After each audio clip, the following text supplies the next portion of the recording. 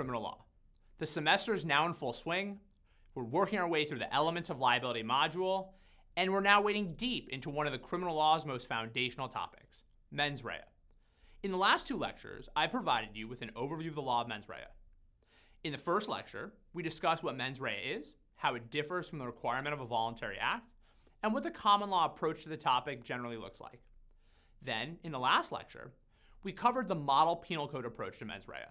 In the process, I introduced you to element analysis, which is the process of matching the MPC's mental states of purpose, knowledge, recklessness, and negligence to the different kinds of objective elements that make up the social harm of an offense definition, what are known as nature of the conduct, result, and circumstance elements. We then learned how to apply the model penal code's special interpretive rules for conducting element analysis. By completing that lecture and the related assignments, you have everything you need to begin using element analysis to determine the culpable mental state requirements that the government has to prove beyond a reasonable doubt. In today's lecture, we're going to talk about mistakes and ignorance, which are a really important part of the topic of mens rea because of how frequently they're raised by criminal defendants to rebut the government's efforts to establish the culpable mental state requirements of an offense beyond a reasonable doubt. That is, someone charged with a crime that entails proof of knowledge, recklessness, or negligence as to the existence of a circumstantial fact will argue that they were mistaken or ignorant about that fact, and so they lack the mens rea necessary to support a conviction. In this sense, and as we'll discuss in today's lecture, mistakes and ignorance are not their own unique thing, distinct from the culpable mental state requirements we learned about in the last lecture. Instead, mistakes and ignorance are integral to mens rea because they are one indication, and often the most important indication, of whether the government can prove the culpable mental state requirement applicable to a circumstance element beyond a reasonable doubt. Okay, so there are three main learning objectives for today's lecture. First, I'm going to introduce you to the legal concepts of mistake and ignorance as they operate in the criminal law. Second, I'm going to provide you with an overview of the two major categories of defenses that exist in the criminal law: affirmative defenses, like self-defense and insanity, and failure of proof defenses, like mistake and ignorance. Third, we're going to explore the common law and model penal code approaches to dealing with mistake and ignorance. In the process, we're going to pay particularly close attention to the model penal code's logical corollary approach to the topic, as it relates to both mistakes and ignorance as to matters of fact and law. So with that, let's dive in. Okay, so as I've already mentioned, mistakes and ignorance are a really important part of the topic of mens rea because of how frequently they're raised by criminal defendants to rebut the government's efforts to establish the culpable mental state requirements of an offense beyond a reasonable doubt.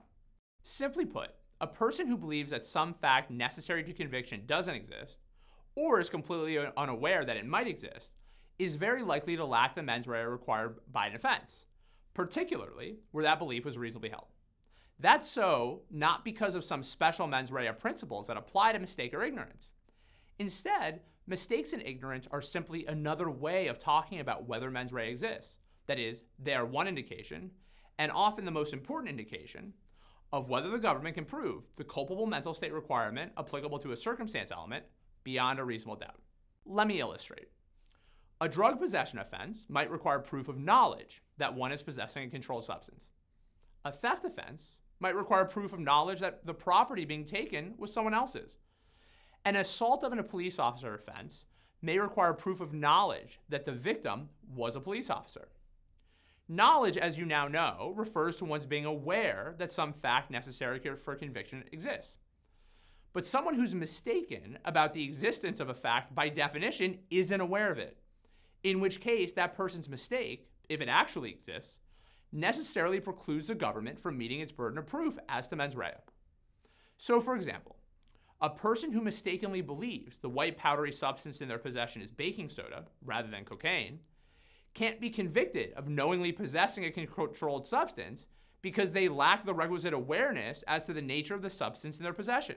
Likewise, a person who mistakenly believes the umbrella they're taking from a restaurant is their own can't be convicted of knowingly taking someone else's property because they lack the requisite awareness as to the property's ownership status.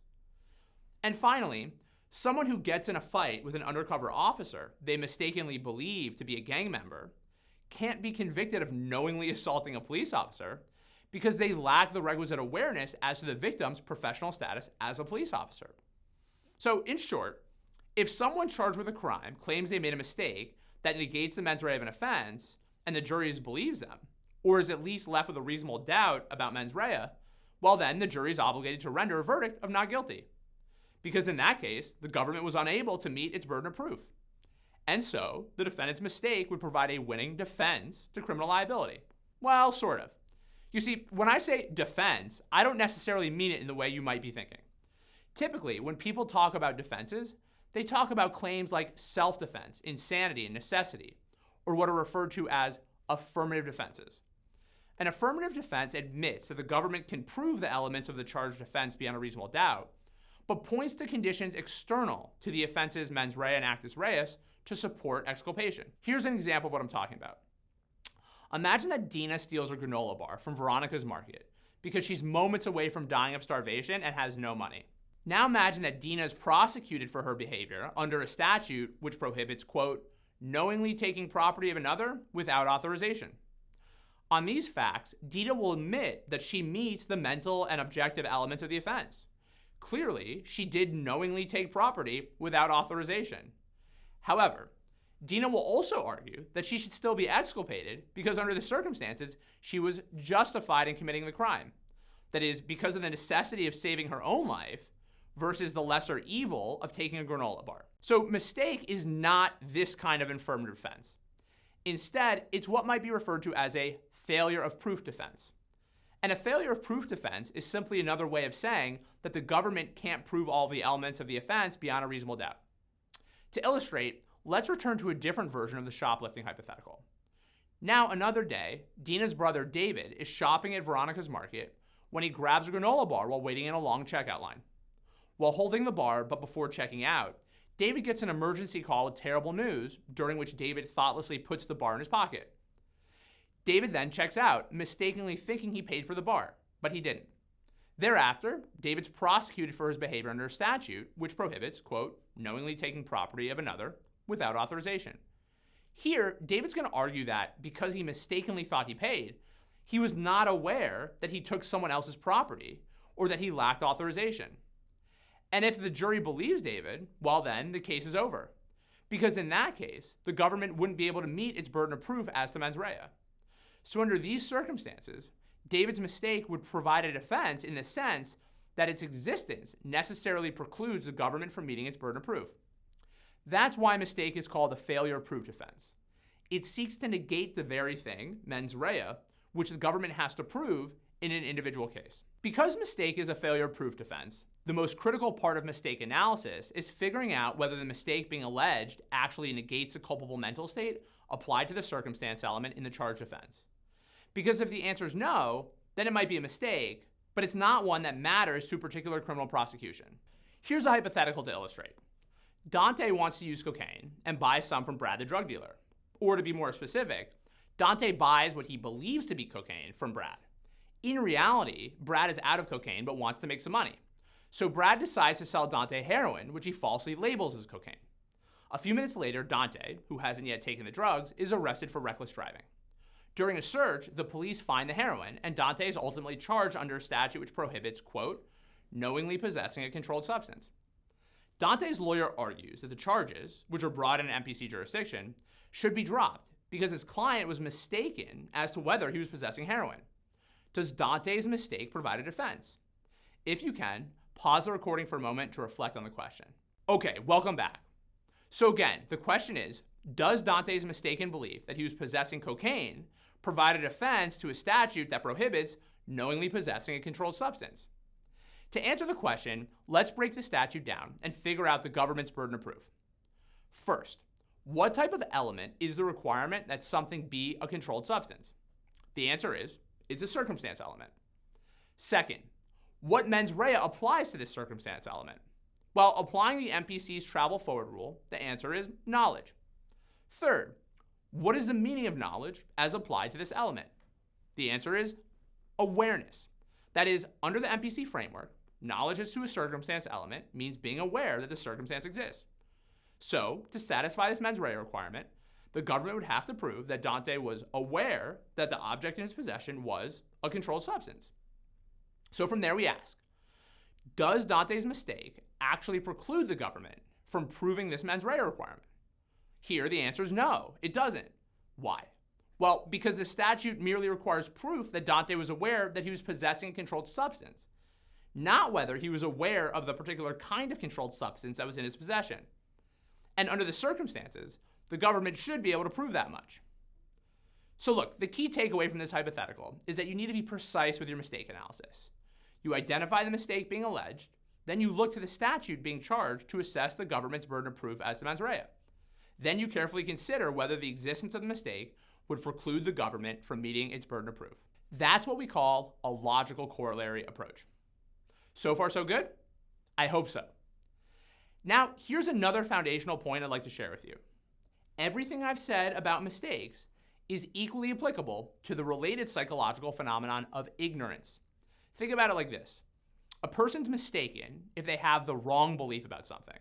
By contrast, someone's ignorant if they have no belief about something whatsoever, as in like a blank mind. Okay, but while there are psychological differences between ignorance and mistake, both constitute failure of proof defenses subject to the same kind of logical corollary analysis. That is, the critical question to ask when ignorance is alleged is the same as with mistake. Does the ignorance preclude the government from meeting its burden of proof as to mens rea? Here's another hypothetical to illustrate. On a Friday night, Darnell goes out on a date with Christina. While sitting in Darnell's car, Christina leaves a bag of white powder, cocaine, on the floor of the passenger seat. The date ends and Darnell drops off Christina, who forgets to pick up the bag of cocaine. Immediately thereafter, Darnell receives a crisis work call, which he takes in his car. During the call, Darnell notices the baggie of white powder on the floor, but doesn't think anything of it. Darnell's actually never seen cocaine before, and he's too focused on his work crisis to even consider what the baggie might have inside of it. The next day, Darnell's pulled over for speeding and subject to a search, which turns up the cocaine. Darnell's subsequently arrested and charged for knowingly possessing a controlled substance. Darnell then tells prosecutors precisely what happened, that he never thought twice about what the substance could be because, well, he was too focused on other matters. Under the circumstances, the prosecutors decide to drop the charges due to Darnell's failure of proof defense. That is, Darnell's ignorance, which is to say his blank mind, precludes the government from proving the guilty awareness necessary for a criminal conviction. So the government was right to drop the charges. Okay, so that's a general overview of mistake and ignorance, which, as you should already be able to see, is really just the flip side of the mens rea coin. But it wasn't always this way, and courts have not always been able to appreciate the logical corollary relationship between mistake and mens rea requirements. That confusion stems from the common law approach to mens rea, which fundamentally failed to clarify the culpable mental state requirement governing every element of an offense. Instead of engaging in this kind of careful elemental analysis, the common law approach to mens rea relied on vague concepts such as general and specific intent to articulate the government's burden of proof. These concepts function as a kind of umbrella culpability requirement, which apply to the offense as a whole in a general kind of way. As a result, common law courts often struggle to identify when mistakes logically negate mens rea in the way that we've been practicing. Instead, they had to develop categorical rules to deal with mistake issues by pairing the nature of mistake with whether the charged offense qualified as a general intent crime or a specific intent crime. So for specific intent crimes, the common law held that any honest mistake was an offense, whereas for general intent crimes, only a mistake that was both honest and reasonable sufficed. But over time, these common law rules proved to be pretty cumbersome and led to many problems. For one thing, courts struggled to consistently apply the general intent and specific intent labels to crimes. For another thing, litigants struggled to consistently identify which mistakes might be legally relevant in any particular case applying those rules. And perhaps worst of all, these common law rules risked shifting the burden of proof onto defendants by conceptualizing a mistake as a defense independent from mens rea, instead of simply being its logical corollary, which again is to say the flip side of the mens rea coin. The drafters of the Model Penal Code were well aware of these problems, and they also clearly understood the source, failing to clarify which culpable mental state applies to each element of an offense. The common law's general and specific intent rules for mistake were simply a band-aid placed on a more fundamental failure to engage in this kind of careful element analysis. Because once you do that, the drafters of the MPC recognized, it becomes relatively easy to figure out whether a mistake or ignorance is logically relevant. Simply ask whether it precludes the government from meeting its burden of proof. Understood in this way, a criminal code doesn't strictly have to say anything about mistake at all, because there's no express need for mistake rules. Instead, everything's logically dealt with by an offense's culpable mental state requirements. Even still, the MPC drafters thought it would be a good idea to say something generally about the topic of mistake, even if it was just to explicitly state what is otherwise implicit in its element analysis provisions. What the drafters came up with is in Model Penal Code Section 2.041, and it reads as follows. Ignorance or mistake as to a matter of fact or law is an offense if the ignorance or mistake negatives the purpose, knowledge, belief, recklessness, or negligence required to establish a material element of the offense. So this provision, again, simply states the basic point I've been reiterating throughout this recording. A mistake or ignorance is legally relevant when, but only when, it prevents the government from meeting its affirmative burden of proof as to mens rea. Under this logical corollary approach, the analysis is straightforward once you've identified the mistake. You simply determine the government's burden of proof as to mens rea, and then you ask whether the actor's mistake or ignorance negates it. Okay, so there are a few general observations that can be made about this approach as it relates to the PKRN framework. The first is that whenever knowledge is required as to some fact, any honestly held mistake about that fact will preclude the government from meeting its burden. And that's true regardless of how unreasonable that mistake may be, for the simple reason that the MPC definition of knowledge says absolutely nothing about reasonableness. That is, under the MPC, knowledge is a purely subjective mental state that focuses on what an actor actually believes, without regard to what a reasonable person in the actor's position would have believed. So, for example, it might be patently obvious that the white powder in Domingo's possession was cocaine, or that the umbrella Domingo was taking was someone else's. But if Domingo mistakenly believed the powder was baking soda or the umbrella was his, well then, he lacks the culpable awareness required by knowing crimes of drug possession and theft. And without that awareness, the government cannot meet its burden of proof. Okay, the second observation is that everything I've just said holds true even if Domingo's mistaken belief was only partially held. But wait a minute, partially held? What does that mean? Think about it like this. Human beliefs exist on a spectrum, ranging from complete 100% certainty about something to a mere suspicion that something might be true. So for example, when you take an umbrella from a restaurant, you might be completely certain it's yours, given that you wrote your name on it with a pink Sharpie and glittery gems. But what if the umbrella is a conventional black umbrella in a pile of conventional black umbrellas? In that case, your confidence level might dissipate. Maybe you pick up the black umbrella that feels like yours, and so you walk out fairly confident that you took the right one. But at the same time, maybe you're also aware of a substantial possibility that you left with someone else's. Who knows? These kinds of epistemic contingencies are a common part of daily life, and so it's something that criminal doctrine needs to deal with. Fortunately, for knowledge crimes, the resolution is pretty straightforward. Since knowledge requires complete awareness as to the existence of some fact, a partially mistaken belief about whether the fact exists necessarily precludes the government from proving the requisite knowledge. And that again holds true regardless of whether that partially mistaken belief is reasonable. So Domingo might not have any reasonable basis to think the fancy Gucci umbrella he's walking out the door with is his. But if he even believes there's a chance it is, well then, the government can prove that Domingo knew that the umbrella wasn't his. So far so good? I hope so.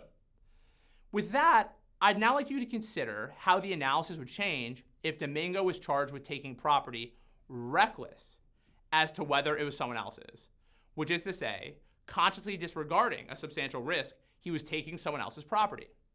Let's consider two different situations. In the first, Domingo's mistake is completely held. That is, he's 100% certain when walking out of the restaurant that the umbrella was his. In that case, could he be convicted? Now consider the second situation. What if Domingo's mistake was only partially held? That is, Domingo believed the umbrella was probably his when he was walking out of the restaurant, but he was also aware of a substantial possibility it might not. How, if at all, would that impact whether Domingo can be convicted? If you can, pause the recording for a few minutes to reflect on these two questions. Okay, welcome back. So in order to answer these questions, the first thing we have to do is figure out the government's burden of proof. Under the MPC, we know that recklessness requires proof that someone was aware of and consciously disregarded a substantial risk of some fact. So under the theft statute I've just provided you with, the government would have to prove that Domingo was aware of a substantial risk that the umbrella he was leaving the restaurant with was someone else's. In the first situation, Domingo's mistake was completely held. That is, he was 100% certain the umbrella was his. So he couldn't be convicted for recklessly taking someone's property because his mistake precludes the government from meeting its burden of proof. And that's true regardless of whether or not the mistake was reasonable. This example illustrates how for recklessness, a completely held mistake, whether reasonable or unreasonable, is a defense for the simple reason that you can't be aware of a substantial risk that something is true if you 100% believe it isn't true. That's just the logical corollary of the government's burden of proof to establish a subjective awareness necessary for recklessness beyond a reasonable doubt. That logic points to a different outcome, though, where a mistake is only partially held. That is, where the government has to prove that the defendant was reckless as to some fact. A partially held mistake as to that fact will not provide a defense if it doesn't preclude the government from establishing the requisite subjective awareness of a substantial risk. Which is to say, a mistake isn't a defense to recklessness when the defendant is still reckless. To illustrate what I'm talking about, let's return to the second situation, where Domingo believed the umbrella was probably his when he was walking out of the restaurant, but was also aware of a substantial risk it might not be. Under these circumstances of epistemic uncertainty, I asked you to assess whether Domingo could be convicted under a reckless theft statute, which required the government to prove that Domingo was aware of a substantial risk that the umbrella he was leaving the restaurant with was someone else's. Okay, so can Domingo be convicted? Well, under these circumstances, the question kind of answers itself. I've told you that Domingo is aware of a substantial risk the umbrella might not be his, and that's precisely what the government needs to prove. So the answer is yes, Domingo can be convicted. Aside from illustrating the general rule about recklessness and mistakes, this scenario also makes clear how mistake situations are usually going to be most easy to deal with by just looking to the government's burden of proof as to mens rea and asking where the defendant's state of mind satisfies it. That is, there's no need to get caught up in memorizing rules about partial mistakes. Just apply the law to the facts as you would in any other scenario. Okay, so now that we've covered knowledge and recklessness, I want to consider the relationship between mistake and negligence under the MPC's logical corollary approach. As we previously discussed, negligence requires proof that the actor should have been aware of a substantial risk that some fact exists. On this reading, should have entails a legal judgment about what a reasonable person would have been aware of under the circumstances. So in this context, the reasonableness of someone's mistake does matter. Think about it like this. An unreasonable mistake does not negate negligence for the simple reason that negligence is not concerned with what the person actually believed. Instead, the focus for negligence is on what the actor should have believed. And so if a mistake is unreasonable, well then by definition, the defendant should have believed something different. Here's an example of what I'm talking about. David's leaving a restaurant on a rainy and cloudy night, and he's excited to start drinking with his friends. On the way out, he swipes Victor's umbrella, 100% confident that it's his own. So it never occurs to David that there's any risk the umbrella might be someone else's. He's just too focused on getting to the bar. And yet, a reasonable person in David's situation would have been aware of this risk. So under these circumstances, David's mistake as to the ownership of the umbrella is unreasonable. That means if David is subsequently prosecuted for negligently taking someone else's property, then he could be convicted regardless of his mistaken belief, because he should have been aware of a substantial risk the umbrella was not his, so David's unreasonable mistake is not a defense. Negligence can still be proven. If, by contrast, David's mistake was reasonable, well then, negligence can't be proven since, by definition, David acted reasonably under the circumstances. So, in short, that's why only a reasonable mistake will negate negligence, whereas an unreasonable mistake will not. The one final point I'd like to make about all of this is that things are a lot simpler for ignorance, which is again, the absence of any belief whatsoever. Because knowledge and recklessness are subjective mental states that entail some level of awareness, and since ignorance by definition means no awareness whatsoever, well then, ignorance about something will necessarily preclude explicit proof of knowledge or recklessness about that thing. But stay tuned for a special policy principle exception in the next lecture. Okay, by contrast, negligence doesn't entail proof of any subjective awareness whatsoever. Instead, the focus is on what an actor should have been aware of, in which case an actor's ignorance is largely besides the point. What matters is what a reasonable person in the actor's situation would have done.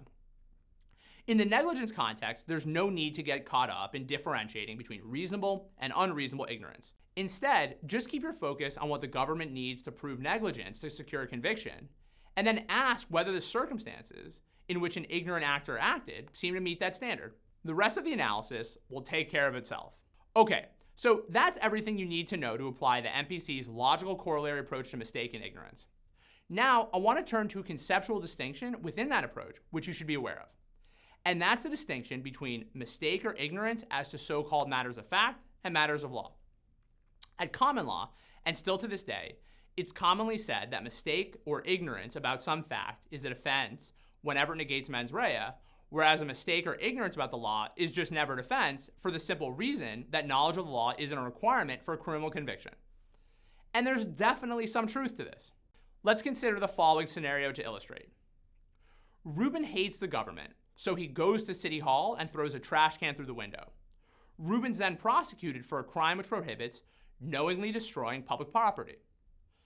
Under the circumstances, Ruben actually had no idea that there's actually a criminal law prohibiting this conduct. He legitimately thought at most he could be held civilly liable for the damage. But Ruben was wrong about the content of the criminal law. Nevertheless, in response to the prosecution, Ruben raises a defense that he was either mistaken or completely ignorant about the criminality of his conduct. But either of those defenses will lose, because knowledge that one's conduct is criminalized is generally not a requirement of criminal liability. And the property destruction statute Ruben's being prosecuted for doesn't make any specific mention of that kind of requirement, just like the vast majority of offenses in the criminal code. This reflects a general rule that if you commit a crime, you typically cannot avoid conviction based on being mistaken or ignorant about the content of the statute you're being prosecuted for violating. And there are good reasons for this rule. For one thing, if mistake or ignorance of the law were a defense, well then people would have a strong incentive to avoid learning about their legal duties. In that case, the less you knew about the law, well then the better off you'd be. But even more important is the fact that most crimes, or most common law crimes, are based upon society's consensus as to what constitutes proper behavior. So just by living in society, a person is arguably already on notice of what conduct is expected of them. Everyone should know, for example, that killing, rape, and theft are wrong. So if you happen to mistakenly think that the criminal law doesn't apply to some clearly immoral and severely harmful act, well then, that's your tough luck. Okay, so again, the general rule is that ignorance or mistake of law is not a defense because it does not negate the culpable mental state requirements applicable to an offense. Where things get tricky, though, are those situations where ignorance or mistake of law does negate those culpable mental state requirements. In those situations, though, the ignorance or mistake typically does not relate to the overarching criminality of one's conduct. Instead, a circumstance element in an offense definition subject to mens rea will incorporate some extrinsic legal consideration, which a mistake or ignorance might negate following the same application of the logical corollary rules we've already discussed. Let's consider again Model Penal Code section 2.041, which states, ignorance or mistake as to a matter of fact or law is a defense if the ignorance or mistake negatives the purpose, knowledge, belief, recklessness, or negligence required to establish a material element of the offense. All right, let me illustrate what this means, returning to our example involving our trash can throwing friend, Ruben. As I previously mentioned, it would be no defense for Ruben to claim ignorance as to the criminality of his conduct, which is to say, whether it is in fact a crime to knowingly destroy public property. Because again, there's nothing in this definition which requires that kind of legal knowledge. But what if Ruben was instead mistaken about whether the property he was destroying was public? So for example, imagine a slightly different scenario where Ruben destroys a government sign left in a trash heap, which he mistakenly believes to be abandoned under governing law and so not actually public property. This might remind you of the Morissette case we previously considered in class. So here, Ruben makes what you might call a mistake of law. That is, Ruben misconstrues the law of abandonment. But it's relevant because the offense Ruben is being prosecuted for requires knowledge that the property being destroyed is public. And Ruben lacks that guilty awareness because of a mistake, which precludes the government from meeting its burden of proof. Now, some of you watching this might be saying to yourselves, Professor Sirota, look, Ruben may have made a mistake about the law, but it's a mistake about the civil law, not the criminal law. And I'd say, well, you're right. But precisely the same types of issues can arise where offenses require proof of knowledge or some other mental state as to an extrinsic matter of criminal law. A good example would be an offense prohibiting the receipt of stolen property, which often entails some level of awareness as to whether the property being received actually was stolen. Consider the following hypothetical to illustrate. DJ Dina buys a rare Tribe Called Quest vinyl album from Keith for the low-end price of $1. DJ Dina knows that Keith and his husband Sean are the co-owners of the album and that Sean would never part with this classic album for such a low price. Nevertheless, DJ Dina also believes that one co-owner cannot steal from another co-owner under the jurisdiction she lives in which case Dina concludes that the album is not stolen. As it turns out, DJ Dina's understanding of theft law is wrong, and so the album is in fact stolen. On these facts, DJ Dina is prosecuted for receiving stolen property under a statute which reads, quote, "No person shall knowingly receive stolen property." And she's prosecuted in an MPC jurisdiction that has adopted the code's travel forward rule of mens rea. Can DJ Dina be convicted? If you can, pause the recording for a moment to reflect. Okay, welcome back. So in order to answer the question, the first thing we need to assess is the government's burden of proof. Applying the MPC's travel forward rule of mens rea, the government needs to prove that first, DJ Dina knowingly received property, and second, that DJ Dina knew that the property was stolen. Which is to say, the government must prove that DJ Dina was aware that the property was stolen. And that second requirement the government can't meet here, because DJ Dina's mistaken understanding of theft law precludes the prosecution from establishing that DJ Dina was aware that the property she was receiving was stolen. True, DJ Dina made a mistake about the criminal law, and there's no general requirement that people know the law. But the key point from the perspective of the MPC's logical corollary approach is that this particular statute required proof of knowledge as to the property's stolenness. And DJ Dina made a mistake which precluded her from possessing that knowledge. As a result, because of DJ Dina's legal mistake, the prosecution can't meet its burden of proof, in which case here, DJ Dina's mistake of law would constitute a defense. Again, it's important to distinguish this situation, where a mistake as to law negates an offense element, from the situation of someone who's mistaken or ignorant about whether the conduct prescribed by an offense is in fact criminal. So for example, it would not be a defense for DJ Dina to argue that she knew the album was stolen, but that she was mistaken as to whether purchasing stolen property constituted a crime. As it turns out, the US Supreme Court has recognized this precise point in a case called Liparota v. United States. In the court's Liparota opinion, the justices offer the following helpful distinction in a quotation. Quote, "In the case of a receipt of stolen goods statute, the legal element is that the goods were stolen. So it's not an offense to a charge of receipt of stolen goods that one did not know that such a receipt was illegal. It is, however, a defense to a charge of knowing receipt of stolen goods that one did not know that the goods were stolen." Okay, the final point I'd like to make about legal mistakes and ignorance is that while there's no general requirement of awareness about the criminal statute one's being prosecuted with, policymakers are of course free to require proof of mens rea as to criminality whenever it so chooses by writing it into a statute. So for example, a different version of an RSP offense might require proof that one knowingly received stolen property with knowledge that doing so is a crime. Or the same could be said of destroying public property with knowledge as to one's criminality, or any other offense specifically drafted in this way. And when lawmakers do impose that kind of mens rea requirement, well then a mistake or ignorance as to the criminality of one's conduct would constitute a defense, for the simple reason, again, that the government would be unable to prove the subjective awareness of criminality that the criminal law doesn't typically require, but which lawmakers have specifically decided to require for this offense. This is all nicely captured by Model Penal Code Section 2.029, which establishes the following. Quote, "Neither knowledge nor recklessness or negligence as to whether conduct constitutes an offense or as to the existence, meaning, or application of the law determining the elements of an offense is an element of such offense unless the definition of the offense or the code so provides." So the first clause of this provision articulates the general rule that culpability as to the criminality of one's conduct is not a necessary element of an offense. Thereafter, the second clause articulates the obvious exception. Where a statute or criminal code says otherwise, well then, the players in the criminal system must do otherwise. And that is where we'll end this recording. You're now ready to do the reading and work through the class assignments. Take care, and I'll look forward to discussing all this material with you soon in class.